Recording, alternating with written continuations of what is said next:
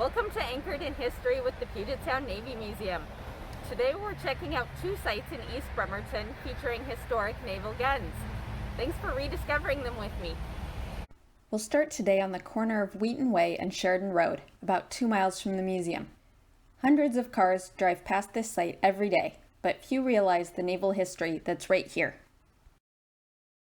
It is known as Hals Corner and is named in honor of Hal Fischler, co-founder of Bremerton's Navy League organization. Hal, a longtime Bremerton resident, was very active in the city's civic organizations. On this corner is an anchor from USS Bremerton.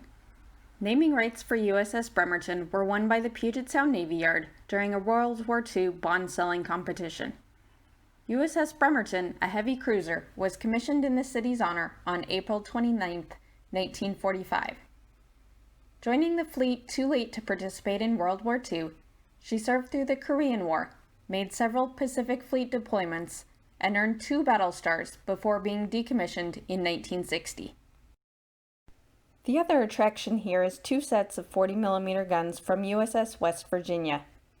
Eagle-eyed viewers will note that there are other guns from USS West Virginia here in Bremerton. We featured a pair of them in our first Anchored in History video tour over at Evergreen Park. The battleship USS West Virginia was commissioned in 1923. On December 7, 1941, she was at Pearl Harbor and was badly damaged by torpedoes.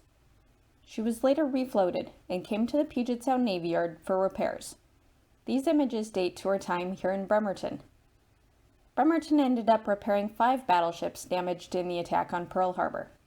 They came to be nicknamed the Ghost Fleet because while Japan had declared them sunk in the surprise attack, they came back to haunt the Japanese fleet for the rest of the war. USS West Virginia was able to return to service in 1944. She was one of just 2 ships present at Pearl Harbor to witness Japan's surrender in Tokyo Bay, ending the war. You can see her in the background of this photo of the official surrender. After the war, she came back to Bremerton, where she was deactivated. She remained in the reserve fleet until 1959, when she was sold for scrap. It's not known at what point these guns were moved from the ship and placed on this corner. Other guns from the same battleship can be found in the second location on today's tour.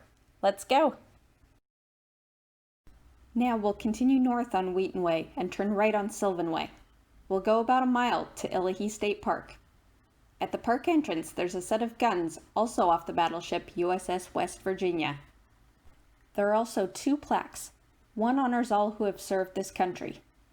The other plaque is dedicated to Mr. Earl Henry Harkins, a shipyard worker who was the first caretaker of this park, established in 1934. And of course, before we leave, let's take a closer look at those battleship guns.